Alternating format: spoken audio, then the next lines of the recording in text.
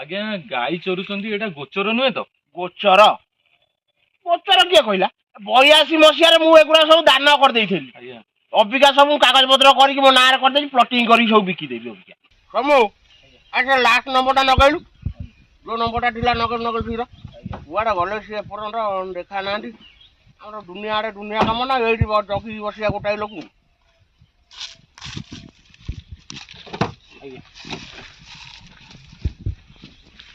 Hello, ହଁ ତମେ କୁଆଡ଼େ ଗଲ କି? ହଁ ସେଇ ଛକରୁ ଭିତରକୁ ଆସ, ସେ କଳାର ଛକ ଠିଆ ହେଇଛ ତ? ହଁ ଦେଖ ଗୋଟେ ବୋର୍ଡ଼ ମରା ହେଇଥିବ, ସେଇଠୁ ଭିତରକୁ ବସ। ହଁ ସେ ଯୋଉ କଂକ୍ରିଟ ରାସ୍ତାଟା। ହଉ ହଉ, ହଁ ଶୀଘ୍ର ଆସ ଶୀଘ୍ର ଆସ। ଆଜ୍ଞା ବାବାଜୀଉଙ୍କ ଘରଟା କୋଉଠି କହିବେ କି? ବାବାଜୀ ବାବୁ? ଆଜ୍ଞା ଯିଏ ଜମି ଫମି ବେପାର କରନ୍ତି। ଓହୋ ବାବାଜୀ ସ୍ୱାଇଁ? ଆଜ୍ଞା ଏ ସେ ଆଗରେ ଆଗରେ ତାଙ୍କ ଗାଡ଼ିଟା ଥୋଇଛି, ଅଲ୍ଟୋ ଗାଡ଼ିଟା। ହଉ ଭାଇ ହଉ। ବାବାଜୀ ସ୍ୱାଇଁ କୋଉନଠାରୁ ଜମି ବେପାର କଲାଣି? ଗଲା ଆଉ ପଟି ମାରିଦବ ଏ ଲୋକଟାକୁ ଆଉ। ଗଲା ଗଲା ମାରିଦେଲା ଆଉ। ସବୁ ଫାଇଲଟା ବାହାର କଲୁ।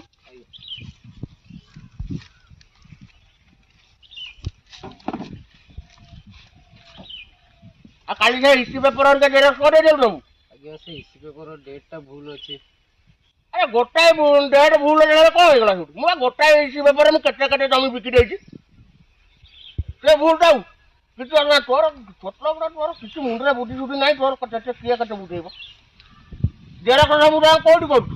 ଆଜ୍ଞା ଏଇ କାବୁଲ ଦୋକାନ। ହଁ ସେଇ କାବୁଲି ଦୋକାନ ଛଡ଼ା ଆଉ କୋଉଠି କରିବୁନି ହେଲା। କେତେ କାହାକୁ ମୁଁ ଚୁନା ଚଟୁ ମାରିଦେଇଛି, ଇଏ ଦେଖିଲା ହିଷ୍ଟ୍ରି ପେପର ଭୁଲ ଅଛି ଡେଟ୍।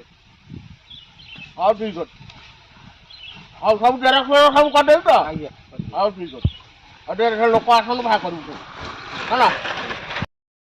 ସମୁ ଆଜ୍ଞା ଏ ପାଣି ବୋତଲଟା ଆଣିବୁ ଟିକେ। ଆଜ୍ଞା ଆଜ୍ଞା କଣ ଏତେ ଲେଟ୍ କରୁଛନ୍ତି? ଆଜ୍ଞା ମ୍ୟାଡ଼ାମ କହିଥିଲେ ମାଛଟା ପଠେଇବାକୁ। କଣ ମାଛ? ଆଜ୍ଞା ଆଜି କି ବାରେ? ଗୁରୁବାରେ, ମାଣବସା ଗୁରୁବାରେ। ମାଛ ଖାଇବ? ମାଛ ଖାଇବ କହୁଛି ସିଏ। କାହିଁକିନା ଖାଲି ଆଜି ଘରକୁ ଯାଏ। ଆଜି ଏଇ ସକାଶେ ଲକ୍ଷ୍ମୀ ଛାଡ଼ି ଛାଡ଼ିକା ଯାଉଛନ୍ତି। ମୁଁ କହୁଛି କାହିଁ ଆଉ ଲକ୍ଷ୍ମୀ ଛାଡ଼ି ଛାଡ଼ିକା ଯାଉଛନ୍ତି? କେତେ ଧନ୍ଦା କରିକି ମୁଁ ପଇସା ରୋଜଗାର କରୁଛି କୋଉ ବାଟରେ? ଏଇ ବୋଧେ ଆସିଲେଣି ଆଉ। ହଁ ଆସ। କହିବି ମାଇକିନା କହୁଛି ମାଛ ଖାଇବ। ମୁଁ କୋଉ କୋଉ ଆଜ୍ଞା ବାଟରେ? ନମସ୍କାର। ହଁ ନମସ୍କାର। ଆଜ୍ଞା ବାଟଟା ଭୁଲିଗଲି ଆଉ। କଣ ବା ତମେ ବାଟ ଭୁଲି ଯାଉଛ? ବାବାଜୀ ସ୍ୱାଇଁ ନାଁ କହିଲେ କଟକରୁ ଲୋକ ଆଣି ଏଠି ଛାଡ଼ି ଦେଇଯିବେ। ତମେ ଆଜ୍ଞା ଜାଣିପାରୁନ ବୋଧେ। ଛାଡ଼ ଛାଡ଼, ହଉ କଣ କହୁଥିଲେ କୁହନ୍ତୁ, ଅସୁବିଧା କଣ ହେଇଛି? 2 ଗୁଣ୍ଠ ଜମି ଦରକାର ଥିଲା। ତମେ କରୁଛ କଣ? ମୁଁ ବାହାରେ ଦୁବାଇରେ ରହୁଛି। ଆଜ୍ଞା ଘର ଫର କରିବା ପାଇଁ ଟିକେ